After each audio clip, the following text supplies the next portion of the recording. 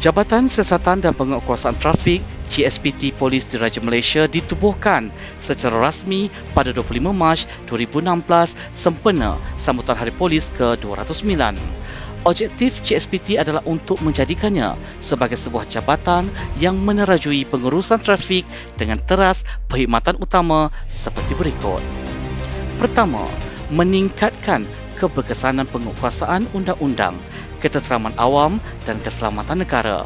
Kedua, mengawal dan membanteras jenayah di jalan raya bagi mengurangkan kegusaran masyarakat.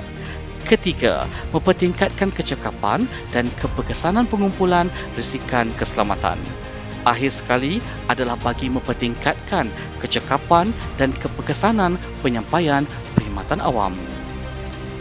Jabatan ini memainkan peranan penting dalam memastikan keselamatan dan kesejahteraan pengguna jalan raya di Malaysia. Dengan inisiatif dan kerjasama berterusan, JSPT berusaha untuk mengurangkan kemalangan jalan raya dan memastikan peraturan lalu lintas dapat dipatuhi oleh semua pengguna jalan raya. Kali ini kami akan mengupas sejauh mana penerapan teori corak budaya seperti diperkenalkan oleh Ke-Ofsted dalam organisasi Jabatan Siasatan dan Penguatkuasaan Trafik PDRM dapat memberikan dimensi nilai bagaimana budaya organisasi mempengaruhi tingkah laku dan interaksi di kalangan anggotanya. Menurut Ke-Ofsted terdapat 4 dimensi yang akan menjadikan ukuran dalam menentukan sebuah analisis. Berikut adalah dimensi-dimensi yang akan dikupas dalam konteks jabatan ini. Jarak kuasa. Dimensi ini mengukur sejauh mana tahap kuasa diterima dan diikuti dalam hierarki sosial. Dalam JSPT, budaya high power distance dalam struktur hierarkinya. Mungkin terdapat perbezaan yang ketara antara pegawai peringkat atas dan bawahan dari segi kuasa, pembuatan keputusan maupun cara mereka berinteraksi. Ini dapat dilihat melalui komunikasi formal dan cara anggota melayani para pegawai. Pada kebiasaannya, anggota peringkat bawahan akan lebih gemar untuk mematuhi perintah yang dikeluarkan berbanding untuk mempertikaikan perintah kerana bagi pasukan ini menganggap pertikaian hanya mengganggu proses kerja yang cekap. Lanskap penjawatan dalam JSPT tertakluk dengan organisasi PDRM di mana setiap jawatan kosong di peringkat pertengahan atau peringkat atasan akan dicalonkan kepada anggota berdasarkan prestasi kerja maupun kenaikan pangkat. Individualisme berbanding kolektivisme. Dimensi ini mengukur sejauh mana orang melihat satu sama lain sebagai individu atau sebahagian dari kelompok. Budaya yang diamalkan dalam JSPT PDRM boleh dikatakan mempromosikan nilai kolektivisme di mana setiap anggota diperlukan sebagai sebahagian daripada pasukan. Escort bagi saya memang orang tengok kita berjalan tu orang sampai dah lancar, tapi kita berhadapan dengan macam-macam, dengan kesusahan, keadaan parking, nak tolak kenderaan berat, keselamatan diri kita sendiri dengan kenderaan orang, kita kena fikir jugalah. Sebab orang tengok mudah, tapi bukan mudah untuk melaksanakan kerja tu. Tapi dengan kesungguhan kawan-kawan dan teamwork yang bagus, kita boleh buat lah. Kesejahteraan dan kejayaan pasukan sentiasa diutamakan daripada kepentingan individu.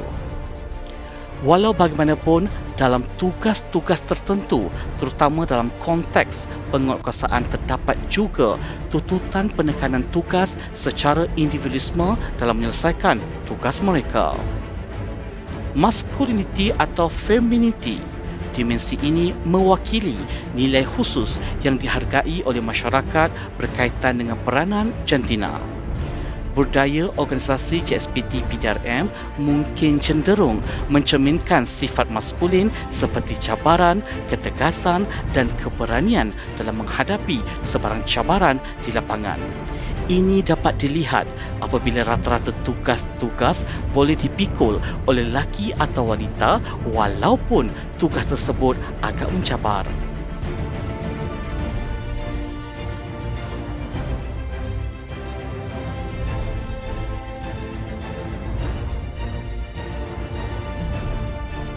Dan hari ini kita dapat saksikan iaitu polis-polis wanita yang mengikuti kursus mengiring orang kenamaan motorkit, di mana kriteria untuk menyertai kursus ini perlu memiliki kursus asas menunggang motosikal besar dan memiliki lesen B full iaitu selama 26 hari. Imej wanita itu berani dan juga tangkas serta mempunyai kemahiran yang tinggi mengendalikan motosikal itu.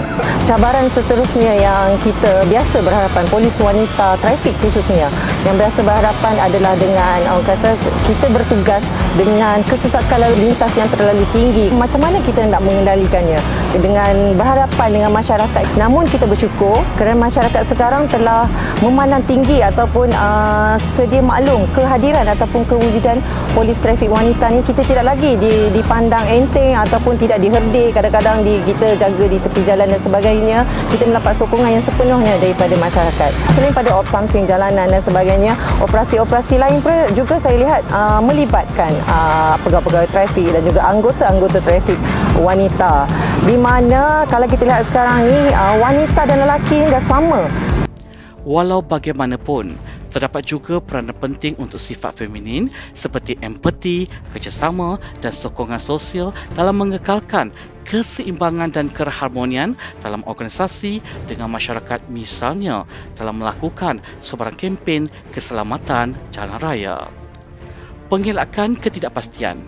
Dimensi ini menggambarkan sejauh mana suatu negara atau organisasi menghindari situasi yang tidak diketahui atau tidak pasti.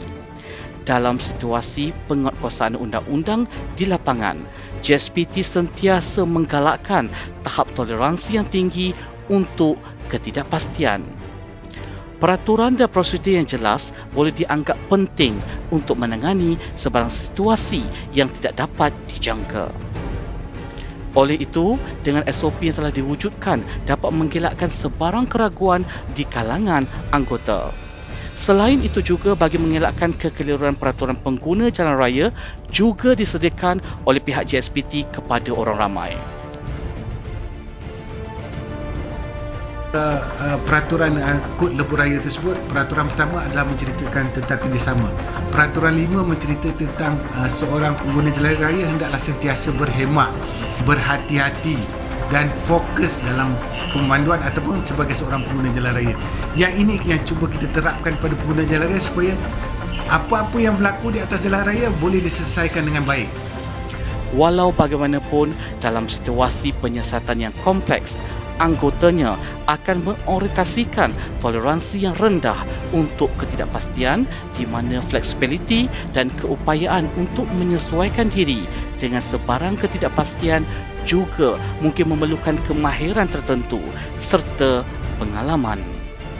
Oleh itu, ahli dalam kelompok ini lebih mudah untuk menerima keadaan yang tidak pasti dalam penugasan mereka. Rumusannya, walaupun teori corak budaya Hofstede ini hanya memberikan pandangan umum yang tidak selalu menggambarkan setiap individu atau situasi secara sempurna, namun dengan memahami dimensi nilai dalam budaya organisasi seperti dalam Jabatan Siasatan dan Penguatkuasaan Trafik PDRM ini, para pemimpin dan ahli organisasi dapat mengukuhkan komunikasi, kerjasama dan prestasi keseluruhan dalam mencapai matlamat organisasi mereka.